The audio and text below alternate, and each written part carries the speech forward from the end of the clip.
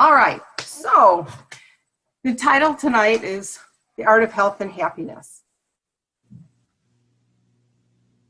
And I know that you have, I know Phyllis, you're in Florida, it's already getting late, so I appreciate you being here. And Mindy, I know you're in Arizona, and I so appreciate Mira being on the call tonight. And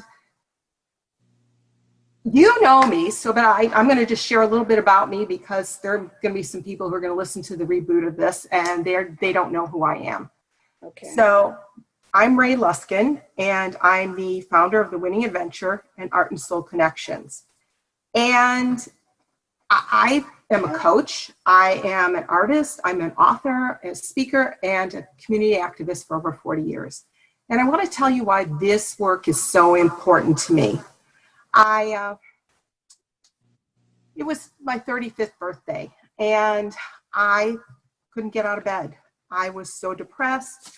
I got my kids off to school, and I just felt this shame, this guilt, this anger, and this heartbreak that was eating me alive. I'd been sexually abused as a child, and after 12 years of talk therapy, I still felt this incredible pain. And I felt trapped, and I couldn't see a way out. The only one I could see was to kill myself. But after thinking about it long and hard, I made a decision to live. I vowed that day I would do everything in my power to turn my life around. I became a self-help junkie. Being an artist my whole life, I had an abundant supply of crayons, glitter, and glue. And in my house, one day I took out a black crayon and I started making marks on the paper. And those marks became this red river of pain. And when I put my crayons down, I couldn't believe how I felt. This energy was running up and down my arms, and this peace and calm descended over me like I'd never felt before. People ask, what changed? Your hair? Did you lose weight? You look so different. You look so happy. What is your secret? Well, it was finding art. Now, I'd always known art had the ability to bring beauty to the world, but now I realized art had the ability to heal. Immersing yourself in creative expression reduces stress and anxiety, it decreases physical pain and speeds recovery. It improves medical memory and motor coordination, and it bolsters problem solving and critical thinking skills. When we unleash our creativity, the possibilities are endless.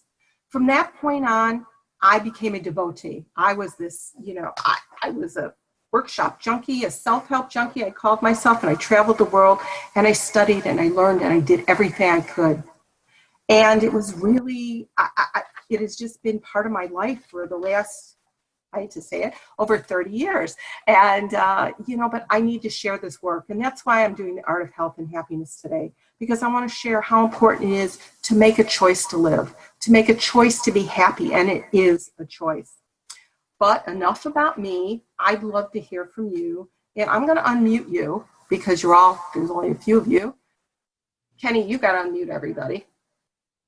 And I'd love for you to introduce yourself. Just say your name, where you're from, and why you decided to be on the call today. Shall I start, Ray? Sure, Phyllis, go for it. Okay, my name is Phyllis Taylor.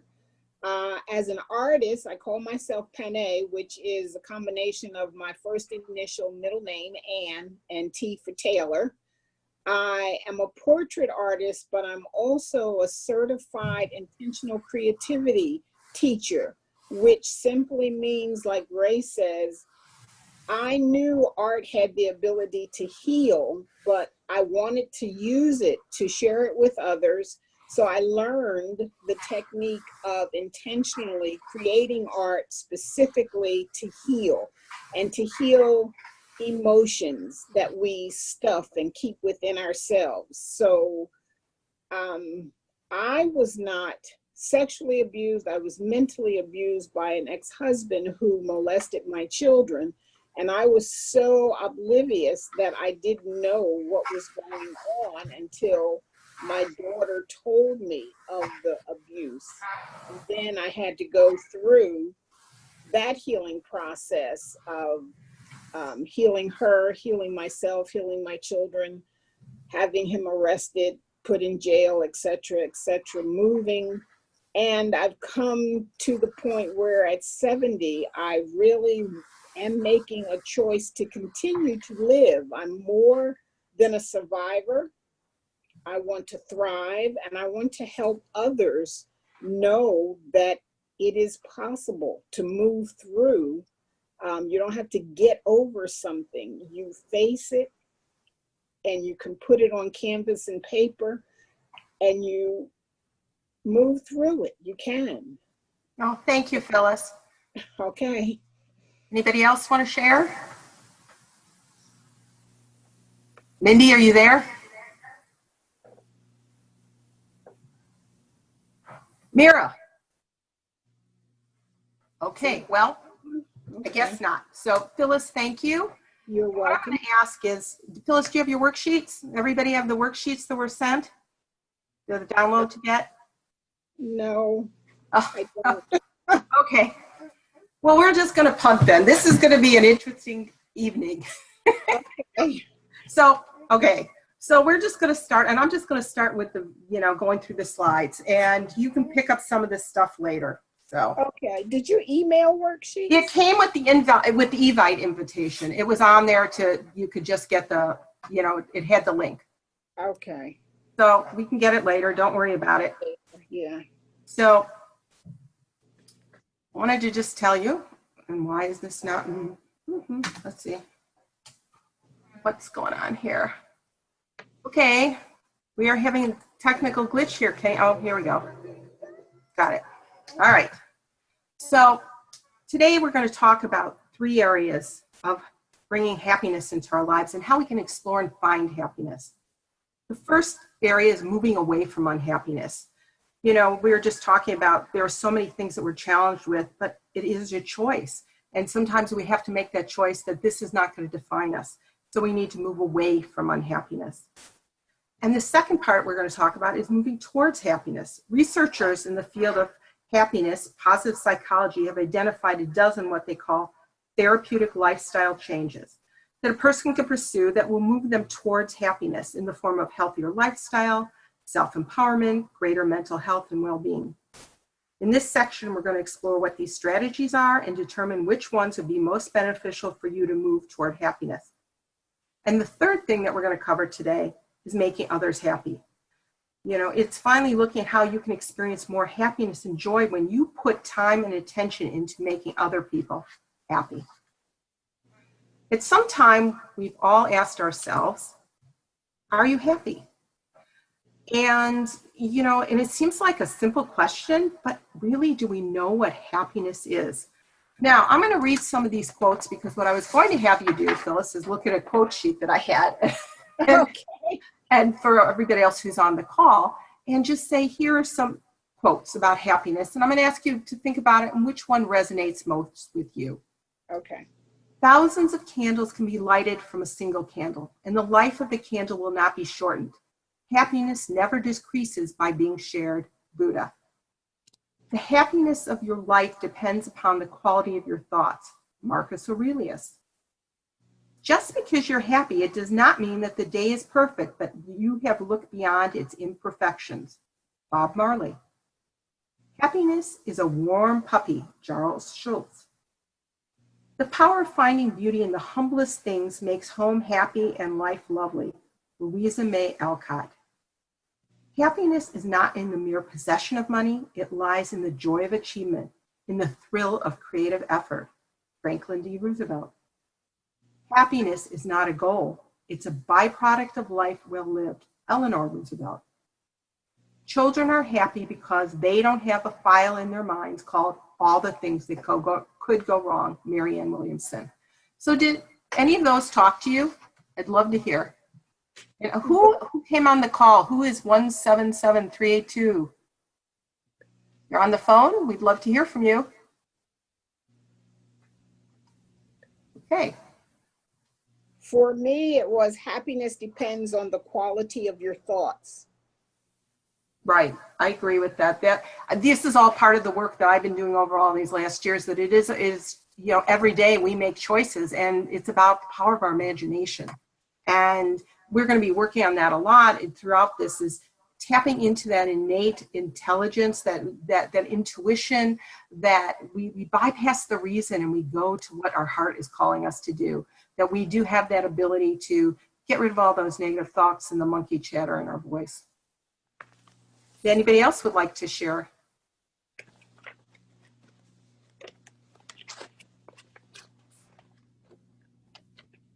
Okay.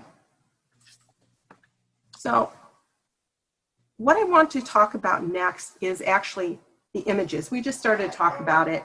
And if you have something, oh, that's great. Mindy just said, happiness is a warm puppy, of course, to me.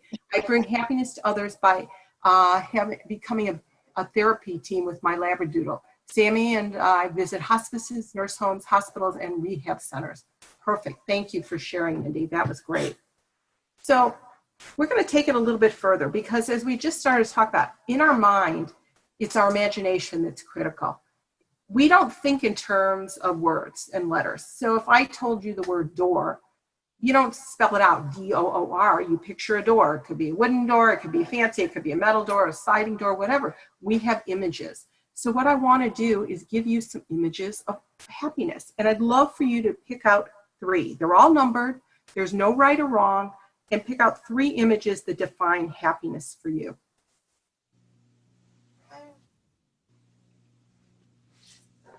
You can see we got 23 different ones. And I'd love for you to just sort of like, what one just pops out to you? And you can write it on the chat board, or you can just share it, because, again, it's a small group.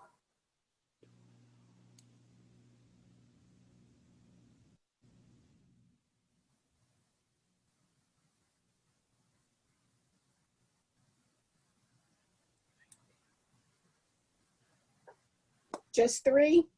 Just the top 3.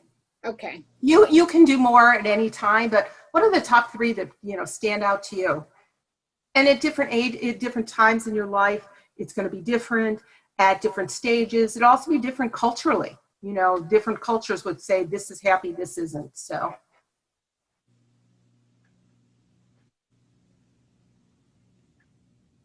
Kenny says, I like number 2, 5, and 23. So 2 is a sailboat, and that's sailing. 5 is sitting on the beach, relaxing together. And 23 is, of course, hiking, mountain climbing. That would be Kenny. Okay, thank you, Kenny. I've got, for my number 1, it's the one that appeals to me most is number 12. Then number 2. The second one appealing to me is number 5, sitting on the beach. Okay. And then number 19 would be number 3 for me, being amongst friends. Oh, great. And Mira says 5. That seems to be a good one. Sitting on the beach. Everybody likes sitting on the beach. 20. Okay. That's, graduation.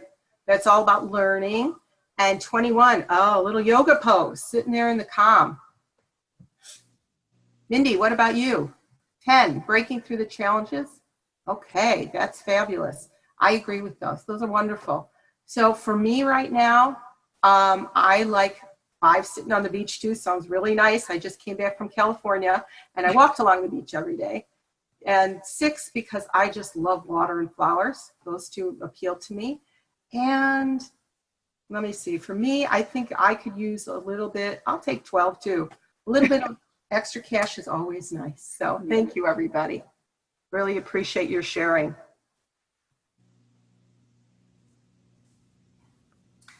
So in this case, why are so many people unhappy? One reason so many people are unhappy is that they have simply stopped looking for happiness. They've stopped savoring their experiences and the gratification the present moment brings. They feel they don't deserve to be happy. They no longer look for ways to remain engaged in what they're doing, in their jobs or career. Think about it. They did a Gallup poll, and less than 25% of people are engaged in their job. That's an awful lot of unhappy people. They forget to look for new ways to make their lives more meaningful. They've stopped noticing all the ways in which they're blessed and say thank you for what they've been given. And finally, they've stopped searching for ways to express kindness toward others. So it's no wonder that people, have lost sight of happiness and stopped remembering something they need to commit and pursue every day. We as humans are creatures of habit. And the fact is, happiness is a choice. And like anything truly meaningful in our lives, it takes energy, discipline, and effort. It doesn't just show up and happen only for a select few. Anyone can have happiness, but it's up to you to pursue it. I just want to share a story a little bit, something. In June of 1942, a young German Jewish girl received a diary from her parents as a gift for her 13th birthday. That would fortuitously become the most iconic piece of World War II literature ever to be published, The Diary of Anne Frank. It offers readers a firsthand account of the reprehensible experiences and circumstances faced by the Jews at that time, and tells of her experiences while spending 2 years in hiding with her parents, her sister, and 4 other individuals. On May 3rd, 1944, Anne wrote, "What I'm experiencing here is a good beginning to an interesting life. And that's the only reason why I've thought I have to laugh at the humorous side of the most dangerous moments. I'm young and I have many hidden qualities. I'm young and strong and living through a big adventure. I'm right in the middle of it and can't spend all day complaining because it's impossible to have any fun. I'm blessed with many things: happiness, a cheerful disposition, and strength. Every day I feel myself maturing. I feel liberation drawing near. I feel the beauty of nature and the goodness of the people around me. Every day I think, what a fascinating and amusing adventure this is. With all that, why should I despair?" It's certain that Anne Frank was largely able to cultivate feelings of happiness and make life meaningful with an affirming blend of hope, courage, gratitude, and an unwavering commitment to improve herself as an individual and the pursuit of work what she loved. Most importantly, however, was that Anne fully understood that happiness is determined by how we think and can always be found within our hearts.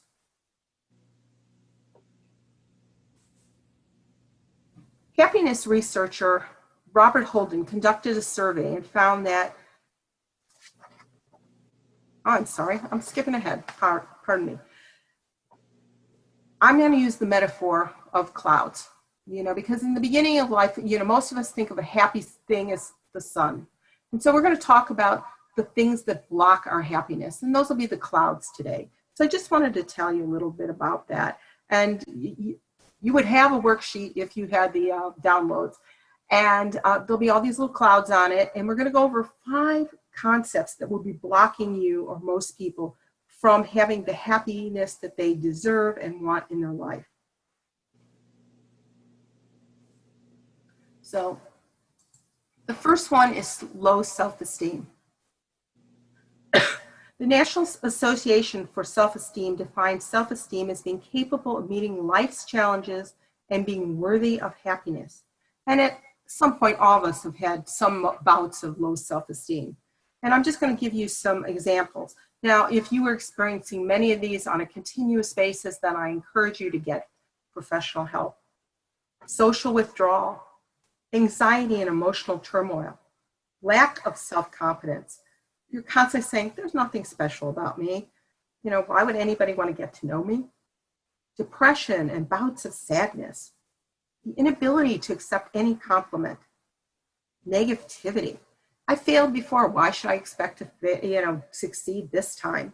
And it's a constant in your life. You're always worried what other people will think. Self-neglect or self-hurt. Resistance to putting yourself first or anywhere on the list. Expecting little out of life for yourself.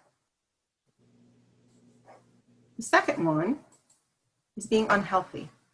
Happiness researcher Robert Holden conducted a survey and found that 65 out of 100 people would choose happiness over health, but that both were highly valued. Fortunately, we don't have to choose. Happiness and health go hand in hand. As Holden stated, there is no true health without happiness. According to a study in the Archives of Internal Medicine, an unhealthy lifestyle is defined as a lifestyle where a person engages in activities that are known to be detrimental to one's health, such as smoking, not exercising regularly, eating unhealthy foods, not maintaining a healthy weight, or going to the doctor. The question we may need to ask really is, why is it so hard for us to change our unhealthy behaviors. Perhaps they're indicators of a deeper discontentment with who we are and mirror our low self-esteem or lack of self-worth. The third one is stuck in the past. Do you know anyone who continually talks about their old boyfriend that they broke up with 6 years ago? Or the parents who were not there for them, or the boss who humiliated them? It's easy to get stuck in our tracks with the past hurts and old injustices. Life only moves in one direction, forward.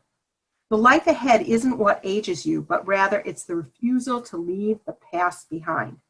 Memories are double-edged swords, and getting stuck in the past is like going back in time but not being able to participate in it. Allowing regret to make a hole in our heart is guaranteed ticket for unhappiness. And life will pass us by until we wake up one day and realize all the time has passed that we cannot get back. You can't change the past or the things that have happened, but you can decide if it will rule your future. The fourth one, the fourth cloud that can block us, is feelings of hopelessness. Are there times in your life where you felt like giving up? As I shared my story, there were in mine. Have you ever felt like you've been backed into a wall and there's nowhere to go? You sometimes feel as if nothing is ever enough, if nothing will make a difference, and that your life is unraveling and there's nothing you can do about it. Sometimes we feel hopeless because of something that happened to us. We make a mistake, we lose a contract with a big client, we have a deal that goes bad, we lose our home, or we lose someone precious to us. And we have to deal with situations that are really stressful or overwhelming. As a result of feeling hopeless, we don't spend the time with friends or family anymore. We isolate, we don't exercise, we don't try anything new. Other signs of hopelessness that will add to your unhappiness are you don't participate in hobbies and interests that you used to think were fun. You feel unmotivated at work and your work performance starts to slide. It's sort of like the hamster on the wheel. You keep trying harder and harder, but you don't get anywhere and you just feel, that it can't get better. You spend too much time watching TV, surfing the net, social media, or playing video games. You fill your time with mindless tasks and busy work.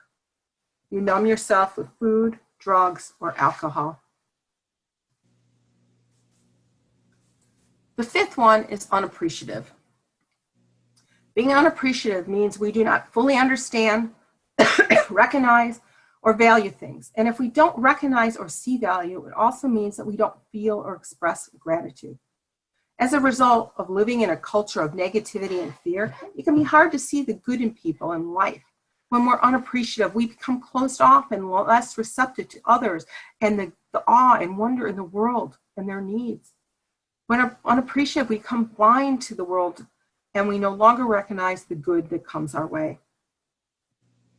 Now, if you had the worksheets in front of you, there is one spot that's left open, clouds of unhappiness. So I want you to think about, is there one thing in your life that is blocking your unhappiness? And don't think too hard about it. What's the first thing that comes to mind?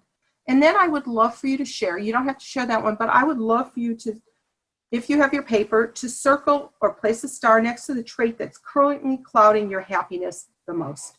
And if you'll share it with us, I'd really appreciate that. You can put it in the chat group or you can, just speak it out.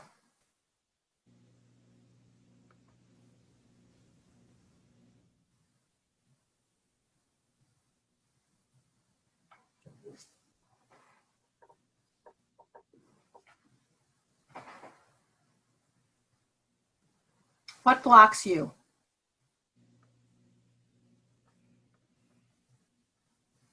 I know at times for me, I'll get stuck in these old thoughts, that like the world isn't, there for, it's sort of like, when's the shoe going to drop, right? Too much happiness. And there'll be times when I'll say, oh, I'm afraid to be too happy because what will happen next? Something bad. That's an old pattern I've broken, but every once in a while it'll creep back up and that will stop me from seeing, being, and participating in my life in a way that is happy.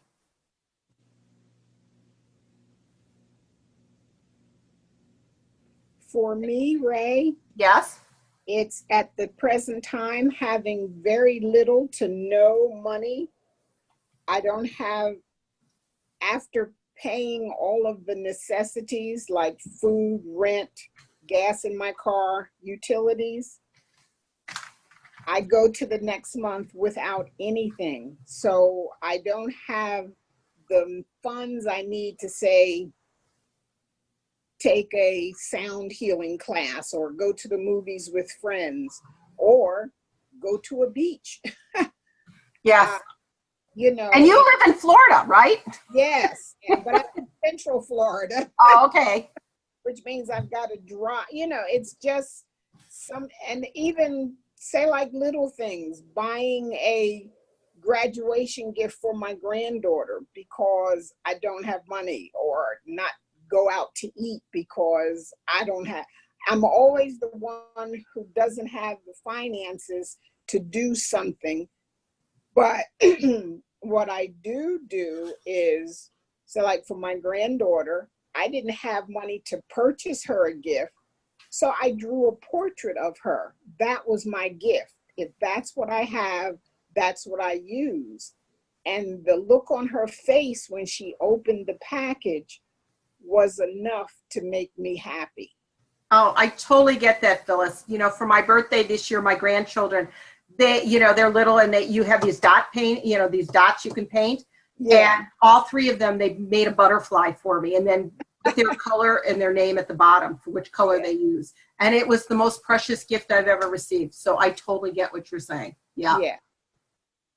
So if anybody else would like to share, I'd love it. And if not, we're going to just move on a little bit. So thank you, Phyllis, for being so open and vulnerable and sharing. I love that we've had this connection before, and I just feel so close to you. So thank you for really participating. You're welcome.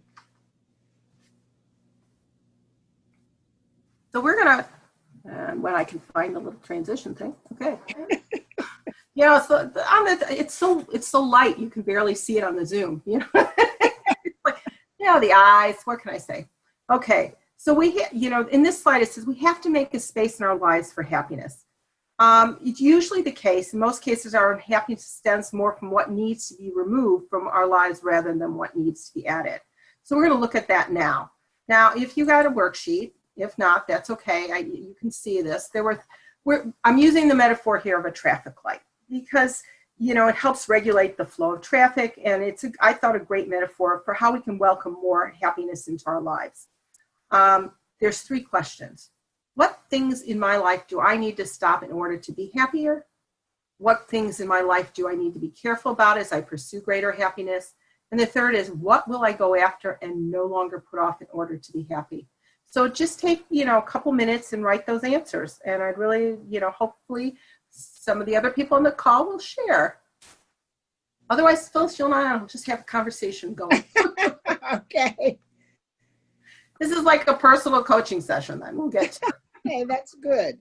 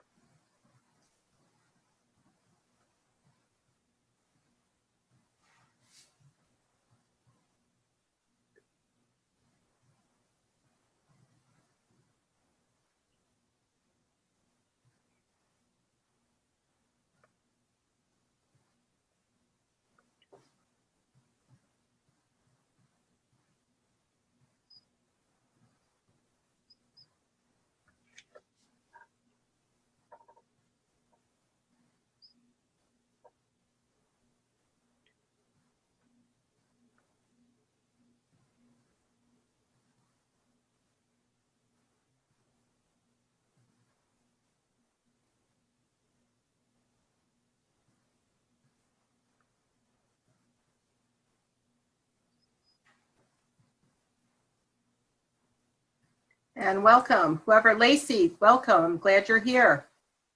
We're having sort of a small group tonight, so I left it unmuted. You're welcome to speak. Or put stuff in the chat box.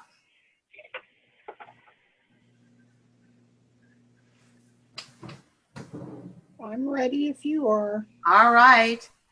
Sounds good. And Lacey, I don't know if you have your worksheets, but I'm trying to do it. You know, if you don't, we're sort of just going to go through the material on the PowerPoint. So, okay. So Phyllis, what things in your life do you need to stop doing in order to be happier? What I have to stop doing is isolating myself. I have found it to be very comfortable staying in my apartment because I can do anything. My studio is in my apartment, so I can just hang out in my apartment and never go outside.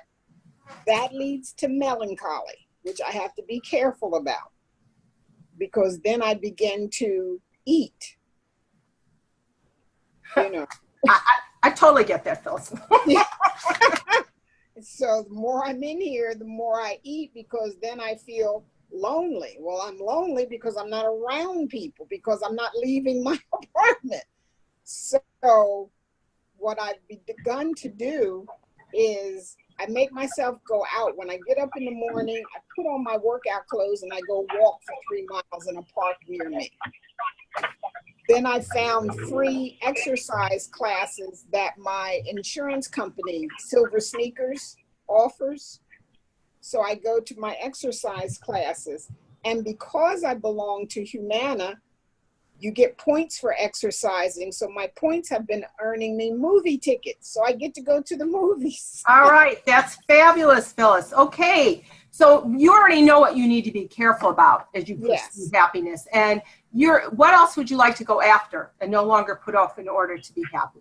What I'd like to go after is, I still, like I said, my studio is in my apartment and I'm working on paintings. But what happened is I'm being able to talk to other artists.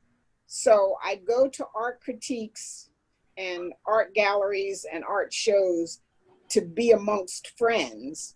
And I have another young friend whose son is away for the summer. So we agreed to meet maybe once a week on the weekends to paint together. Fabulous. That's really good. Yeah. Anybody else want to share? Love to hear from you.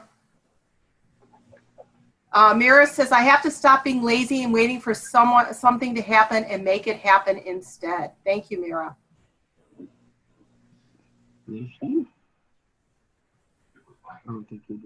Now I hear somebody talking in the background, so please, you can mute yourself if it gets noisy. So thank you. All right. Well, anybody else want to share? Okay, well, we're going to go on to the next topic then.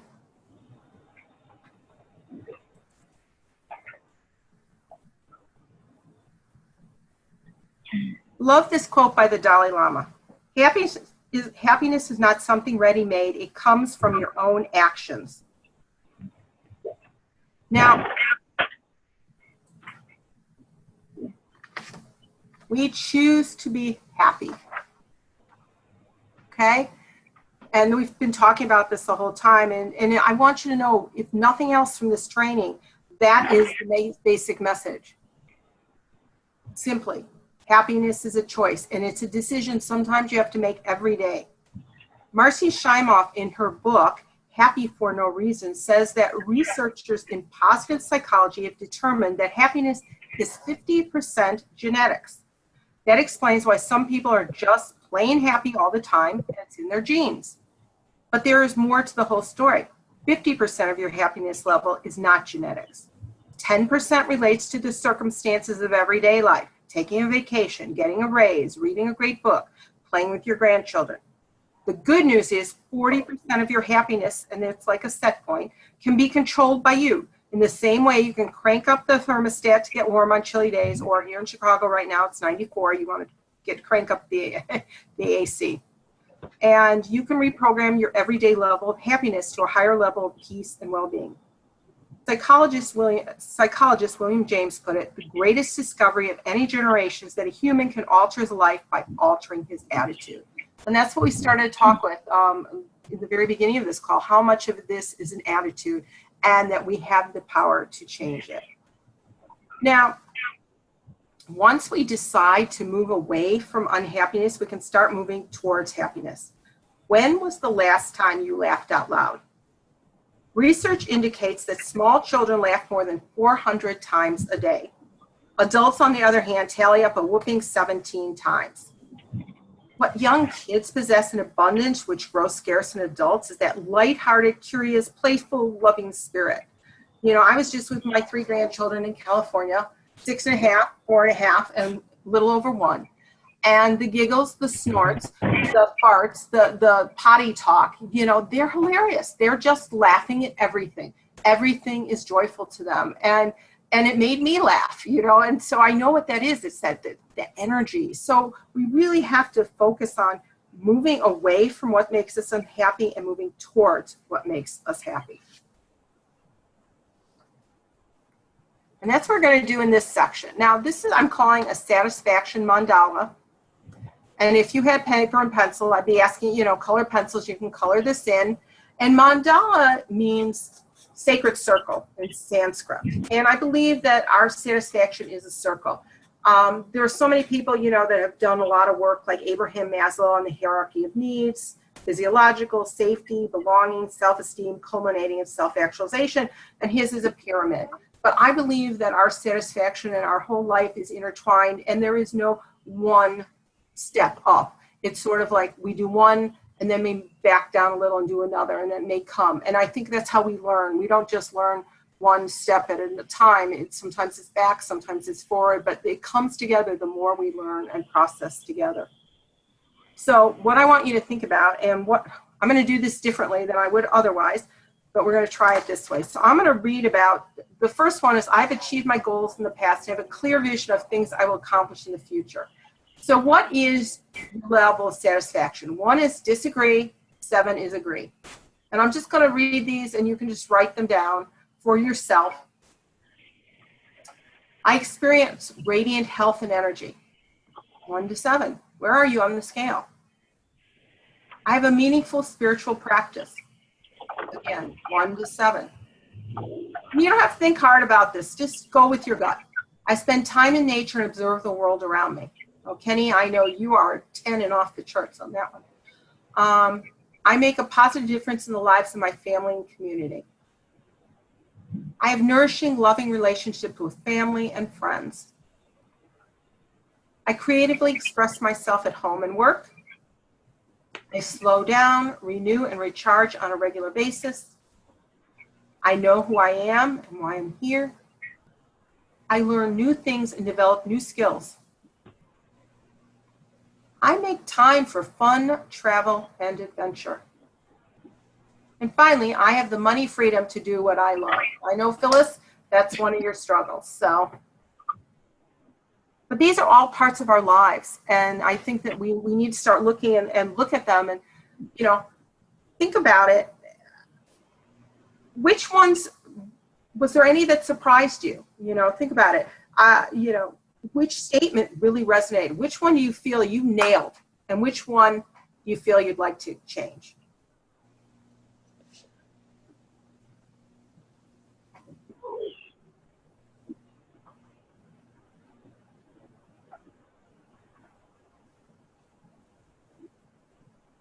I'm going to talk about radiant health and well-being for myself. Now, some of you know this, that I totally believe in what I'm teaching, and it's about creative visioning, that we all have to have big dreams. And a few years ago, this goes into 2 areas of my life actually, but one of them was my daughter was getting married. I had some little grandchildren, you know, and I was 65 pounds heavier than I am now. And I created a vision of what would radiant health and well-being look like. And that for me was going to my daughter's wedding, fitting in the dress I wanted to fit in, walking down the aisle, feeling good about myself, and then being able to get on the ground and play with my grandchildren and get up easily.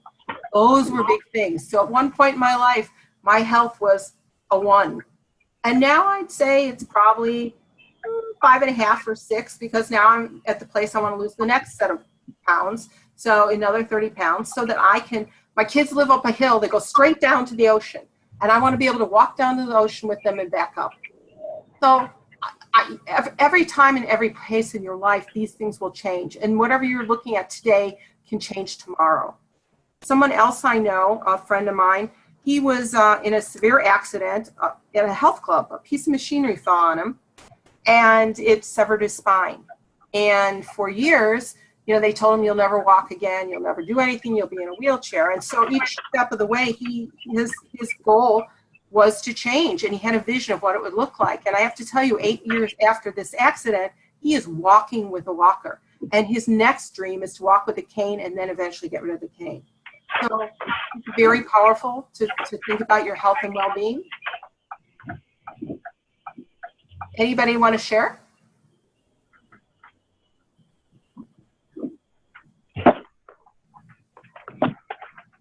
Well, I found that mine are all mostly 4s and 5s, except I learn new things and develop new skills because I'm always learning new ways to paint and draw and do art. Mm-hmm. But everything else is like a 4 and a 5, except for the make time for fun, travel, and money. They were both 0s. Okay. Well, you know what? That's a good place, but you know where you're starting and what you can do afterwards, because Right. when you get to that, to the next level. Like I said, I'm sort of changing things up because of the way that everything's, you know, set up. Oh, hi, Rhonda. Welcome. Glad you're here. So as we're going through, I've left it open because we have a small group, and I'd love to hear from you. I hope you'll participate and join us in the conversations as we go further. So I wanted to just talk about a little bit, going into more depth about these what we're going to do next is think about the lifestyle changes. You know, it's like before I mentioned there was, you know, TLC, therapeutic lifestyle changes, but I'm calling it tender loving care lifestyle changes. What we can do to help ourselves move out of of the pain that we're in, whether you're a 1, 2, or 3 in one area or none, you know, or every area is hurting you right now. So think about that. And I'm just going to go a little bit more depth about this idea. And if you have your worksheet, pull out worksheet number 2, which is your happiness conceptual model. And there's 12 numbered spaces on there, and you can write down a little bit of the notes I'm going to share with you about your accomplishments and why I put that on there about achieving goals. We have to have a clear vision of what we want to go forward in our lives. It gives us the motivation, and it gives us the impetus to do what we want in life. And we need to note those. You know, how many of us go through life and, you know, we just, oh, on to the next. Oh, you finished that task, on to the next. And, you know, or you don't take the compliment, those kind of things. So I believe, and this is part of my own personal practice, that every night I have a win list. You know, I do at least 1, if not 3 wins or successes that have happened that day. And they can be personal, you know, and in those days when, you know, I was really depressed and miserable, it was I brushed my teeth and I took a shower. You know, those are big wins. You know, today it's like, oh, I've been putting off that marketing call. You know, I didn't want to call that person and I called them. Or over the weekend or last week, I noticed there was a conference in California, and through the International Expressive Arts Therapy Association, and they were looking for people to apply to speak. And I said, and the due date was the next day. So I have to tell you. So I had to look, I didn't have anything for a resume. I haven't done a resume in a number of years. I had to write a resume, and I took action. I had to look up what is it when you do an abstract for a conference, because I've never written an abstract. So I did that. And so I sent it in, I got it done. And that was my big win for that week. You know, it can be big wins, it can be small wins. So think about that for yourself. Radiant health, we've just already talked about that. Now, spiritual practice. Now, I mean, for me, that means mindfulness, you know, and they have accumulating information in a 2015 Journal of Cancer Management. They've said that mindfulness interventions help lower psychological distress, sleep disturbances, and fatigue, as well as promote a better quality of life in people with cancer. So taking time to be alone, to sit in the quiet, to pray. You know, I know, Mira, this is part of your practice all the time. Well, Kenny said to advance the slide. My problem with it is we're not quite there yet, Kenny, because there was a piece missing. But I will do that. So then getting out in nature and noticing the natural wonders in Japan is called forest bathing. The sounds of the forest, the scent of the trees, the sunlight playing through the leaves, the fresh, clean air, these things give us a sense of comfort. They ease our stress and worry, and they help us relax and think more clearly. So being in nature is a big thing. And they say that you have these cells in your body that can fight cancer better. If you've been out in the forest for a week, they'll last longer. 5 is making a positive difference, doing things for others. My client was retiring, and this is Mindy. So she already shared how she's sharing her dogs. But she, when she retired, she said there was a piece missing. She had, the friends, she was exercising, book club, walking her dogs, but there was a piece missing. And I loved, so we worked together and, came up with, because I already knew she liked to take her dog to the nursing home when she lived in Chicago. So she took her dog and became a therapy dog. Not only does she go to hospitals, she goes to senior centers, but something I learned is that they use therapy dogs at the library for children who are shy, and they read to the dog. So thank you, Mindy, for always inspiring me with making a positive difference. They say that when you volunteer, you connect with others, you alleviate loneliness, you combat depression, and you bring fun and fulfillment. Loving relationships. We need to connect with people. It's a vital component of health and well-being. There's evidence, and they've done a lot of studies that having strong relationships contributes to a long, healthy, and happy life. And the reverse is true, that, it's almost as bad as smoking cigarettes, blood pressure, and your blood pressure, and having obesity and premature death. Those are the risks you face if you're lonely all the time and you don't have those relationships. And I think they're all women on this call. And as they say, other than you, Kenny, that men live a longer life if they're married. Not the woman, but the man. A survey by the National Bureau of Economic Research said of 5,000 people, they found that doubling your group of friends has the same effect on your well-being as a 50% increase in income. So we're going to talk about being creatively expressed. As Phyllis has talked about using her creativity, I've talked about it, but I just want to share one story. Over the last 4 or 5 years, I've interviewed 190 creative activists around the country. And one of those women was Mary Rockwood Lane. And her story is featured in my book, The Creative Activists Make the World Better, One Person, One Action at a Time. Mary was going through a terrible divorce, and she'd been in talk therapy. Nothing was helping. She was so miserable. And so she decided to do something she'd never done, paint. And as she was painting, she noticed, just like I did, that when this release and this joy and exuberance and everything changed for her. Well, she was a nurse at Shands Children's Hospital in Gainesville, Florida. She took this idea to the hospital, and they became the first hospital to have an arts and medicine program. They have an arts and medicine program, a bachelor's and a master's at the University of Gainesville in Florida. And I think they're working on a PhD program as well. And she was the one who started this because she knew the value of this. And they go to the bedsides with their clients. There's poets, clowns, musicians. They bring dancing troupes in. People are there all the time working with patients and families because they need an outlet as well. So they found that, using arts helps with better health outcomes in the hospital. It lowers the level of stress hormone cortisol. They have less pain, need less pain meds, and they have shorter hospital visits. It allows them to focus on the good in their life and focus on the moment and can process their emotions. So number 8 is rest and renewal. Getting a good night's sleep boosts our immune system and repairs cell damage. When we feel rested and renewed, we feel better, happier, and able to pursue our joy. Getting an extra 60 or 90 minutes of sleep a night improves our memory. Number 9, know who you are. Authenticity. Part of my search for happiness and healing was I read over 1,000 personal development books. And I love this book by Dr. John Martini. In his book, it's called Breakthrough Experience. And he wrote this quote, and I'm going to share it with you.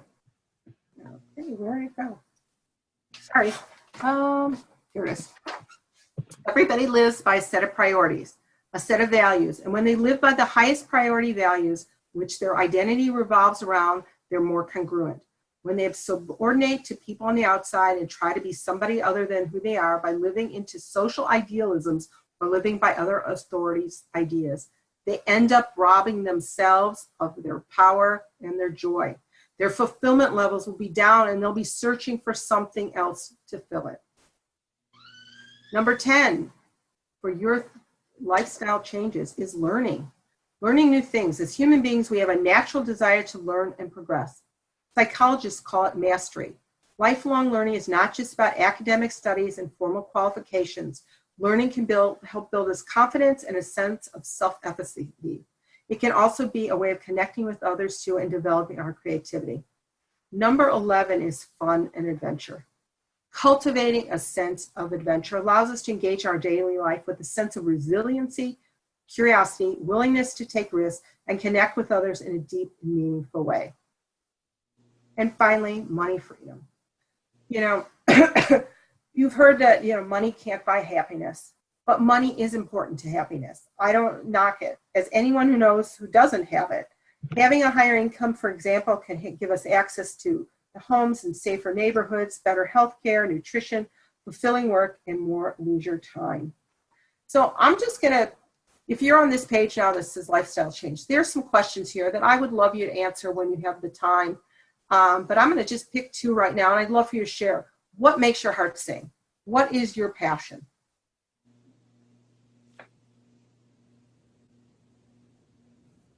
Love to hear from you, Rhonda. If you would love to speak, I'd love it. If not, type it in the chat box.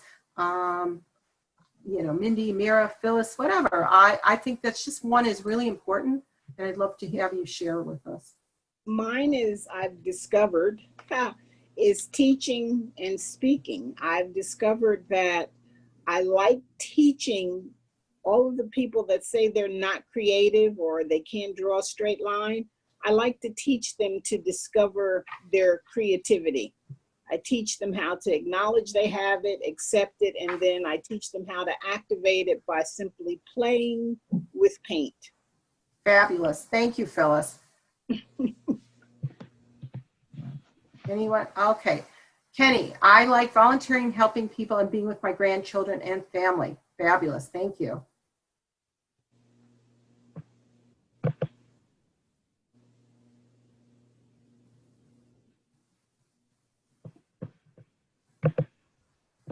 I love talking to people, so that's one of mine.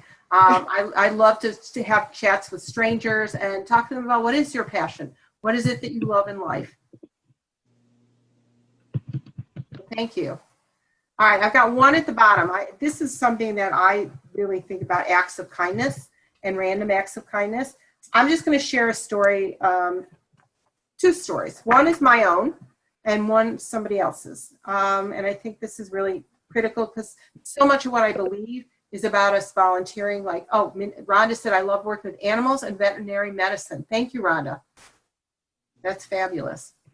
So I was in California at a conference a number of years ago, and I got to the end of it, and I realized I didn't have a debit card. I still don't. And I didn't have enough money to get on the bus back to the airport. And I talked to the guy at the desk, can't you just give me $10 extra or whatever from the, my hotel bill? I'll put it on a credit card. And he said, no, I can't. But out of his pocket, he reaches in and gives me a 20. I said, well, can you give me your address? I'll send it back to you. He said, no, I want you to pay it forward. And so I came home, it was Thanksgiving time, and I immediately paid it forward. And I didn't just pay it forward to one person, I paid it forward to several people. There were a couple, in the community I live, there's only 3 homeless men. So I made sure each one of them got a meal, and I felt really, it made me feel fabulous. So that was one story. And I guess it's about, my other story is about Tiamo and Becky. Tiamo is a musician, and he lives in San Diego, and he was walking down the street one day, and there was a homeless woman there, and he said, I walked right by her, but I came back. And one of the things that he said, that he said, what can I do for you? She said, nothing, and he said, really, nothing? And she said, no, I could use a hug. And he gave her a hug. And he said, here's my card. If you ever need anything, call me. He goes home, and he's a musician. He writes this song. He finds an organization that talks about the power of hugs, and his song becomes the anthem that they use for their organization. So he's like thrilled.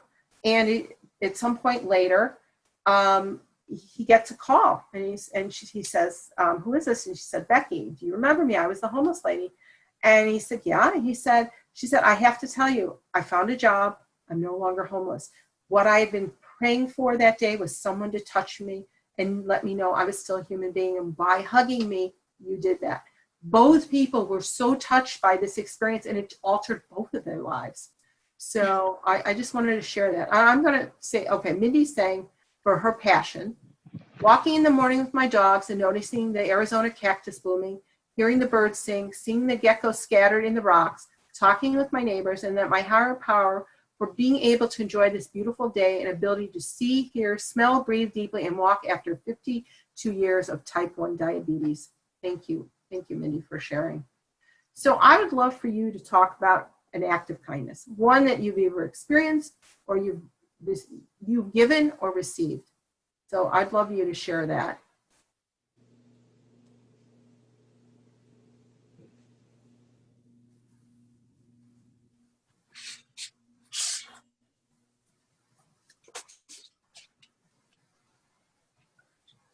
I have something to share, Ray. Okay. I have a roommate. I have a woman living with me. She's a friend. It's not a stranger, but she's living with me because she didn't have a place to live. She lost her contracting job in Maryland, and we were talking on the phone, and she was telling me that she couldn't pay her rent in the apartment, and she was thinking about just going to California. But a friend out there who said that she could come live with her, I guess backed out. But I just very glibly said, hey, come to Florida. That's halfway to California, which it's not, but well, she did come. She came last year, and she's been living with me for a year. She's working in a warehouse, trying to save money, and she's doing the best she can with what she has. And it's not affecting me that much because I have a 3-bedroom apartment, so she's living in one of the bedrooms. And she gives me what she can when she can. I just, figure, hey, if that ever happened to me, I'd want someone to be kind. Thank you, Phyllis, for your kindness and your generosity. And that's what it's all about. Those are the acts of kindness that we all need to share and hear about. And, Yeah. Thank you. You're welcome. Anybody else want to share? Oh, here we go. Visiting seniors, Mindy, visiting the seniors at care center every Friday with Sammy. I've taken pictures of the clients when they want me to, I share them with them when I go back in the next week. They're visually touched, and it makes me so happy. Yes, and Mindy, you still need to write that book. So yeah, that's it. I think for me, I know, many of you know my story of the homeless man that lived in my community. Okay, Kenny, you find that many times that people with the least give the most. That is true. There was a homeless man in my community, and I gave him one of those, gift cards from Jewel. And, I was sort of scared of him at first, but I saw him every day in the park when I walked my dog. And one day I saw him, and he said, he wanted to talk to me. And I said, yeah, sure, hi. And he said, I hope you're not mad at me. I said, why?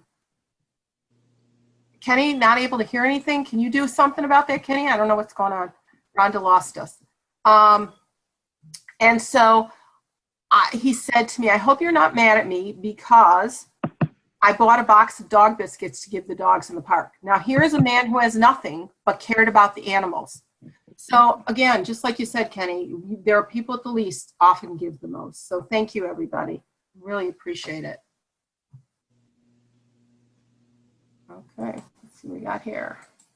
So when you have the time, go ahead and do that. That would be great, and answer those questions for yourself. Oh, well, I missed that. Wait, going back. So we're talking about happiness here, and it's about doing things for other people. So there's just this little video of a family taking their son across. because it just reminds me that we're there for each other, that we're there to uplift each other. So one of the next pieces is, about making others happy. And this is the third element, which we've already started to talk about, that I said that we would address in our agenda. And that's how we become, we make people happy through our unselfish acts of giving. And, okay, I don't know what's going on. Okay, here we go, our acts of giving. So I wanted to just share this little bit. Mother Teresa once said, "We cannot do great things on this earth, only small things with great love." Research shows that we increase our own levels of happiness as well as theirs when we are kind and do rapid acts of kindness. When we're kind to people, it strengthens our connections with them and provides a source of support. Even doing kind things for strangers helps build cooperation, trust, and a sense of safety. It also helps us to see others more positively and empathize with them more deeply. It decreases your risks of depression. You enjoy a sense of purpose and fulfillment. You increase your self-confidence. You stay physically and mentally more active. You reduce stress levels, and you experience the happiness effect. It really is a gift we give ourselves. It can be as something small as a hug, a compliment that I've already mentioned. And what I want to do right now, again, because, I'm going to go back one because, again, I don't know if everybody had the sheet, but part of the worksheets, and you can go back and do these yourself, is there's a whole list of ideas that I gave you for making others happy. And what I want you to do is committing to doing one of them, over the next week. It's so important to implement whatever you learn. And by doing this, you also tell the universe, I'm ready for more. I'm ready for more happiness and joy. So I'm going to read these out loud, and then you just make a note of one or two that you think would be interesting and that you might do. Give up your seat. Tell someone they're really doing a good job. Holding a door open for someone. Pass on a book you've enjoyed. Give a sincere compliment. Offer to mow your neighbor's lawn. Make someone laugh. Prepare a meal for someone who's ill. Give someone a hug. Visit a sick friend, relative, or neighbor. Take time to really listen to someone. Pay for someone in the queue behind you. Make someone new feel welcome. Buy an unexpected gift for someone. Let a car emerge onto the highway. Bake something for a neighbor. Give direction to someone who's lost. Do a chore that you don't normally do. Have a conversation with a stranger. Help out someone in need. Anonymously pay someone's bills. Offer to look after a friend's children. Let someone in front of you in the checkout line. Say you're sorry to someone you've offended. Tell someone they mean a lot to you. Donate your old things to charity. Let someone have your parking spot. Give blood. Read a story with a child. Visit someone who may be lonely. Offer change to someone struggling to find the right amount. Give food to a homeless person and take time to talk to them. Make breakfast for a person you love. Volunteer your time at a charity. Buy a treat for your colleagues. Organize a fundraising event. Invite your neighbor over for a drink to chat. Get back in contact with someone you've lost touch with. Offer to help someone with their errands. Plan a street party. There's so many ways that you can make a difference, and you don't know how it's going to affect that person. So think about one or two things that you can do in the next week, and they don't have to be on this list. Think about you've got lawn landscapers out in your neighborhood and it's hot. Bring them a bottle of water. It's a simple thing. And one thing I'm going to share, one other story that I did for myself that really had an impact. And again, it goes back to using my gifts and talents. I used to make what I call blessing cards. They were gift tags, and I collaged them and I put sayings on them like you're beautiful, you're kind. And I had gone to a conference on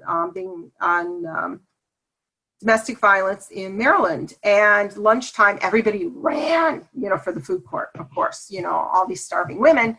And we get there and this poor cashier is overwhelmed. And I handed her a card that said, "You're magnificent."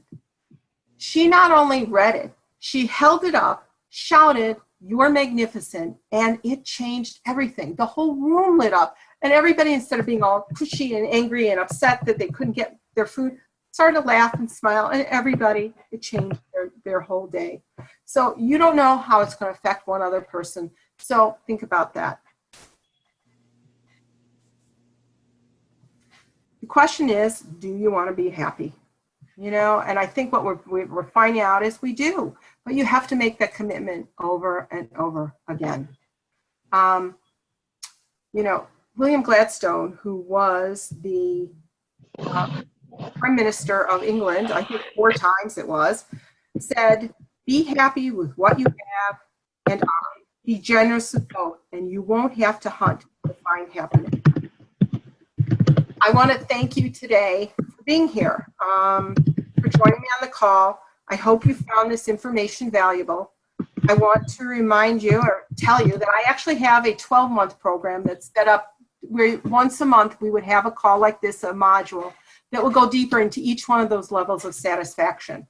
And and I did it because I've been on, I don't know about you, but I bought many of those classes where it's 6 weeks right now or 12 weeks immediately, and then I lose interest, something happens, and I never finish the course. So I wanted to be able to offer something where you have this kind of program once a month, and that then you will also receive an activity sheet. And it'll usually be something on the very, sort of on the creative side.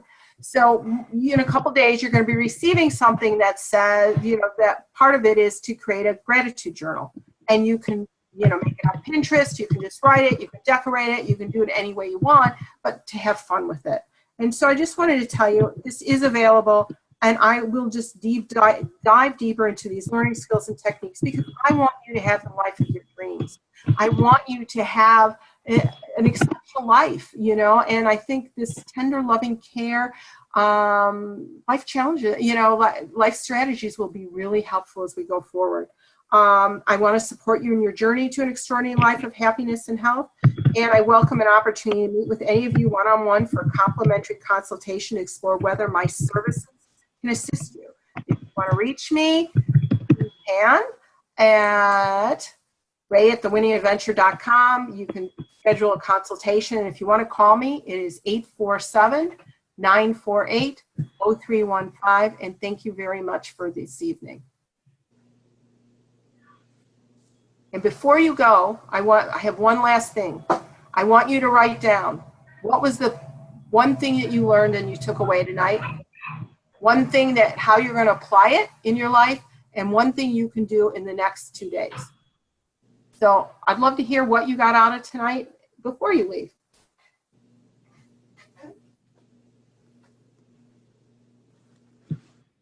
Ray, it just reaffirmed for me that I'm doing what I need to do and to keep doing it.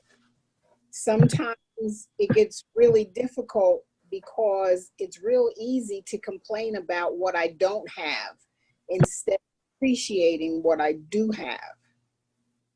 Great, thank you. That was wonderful.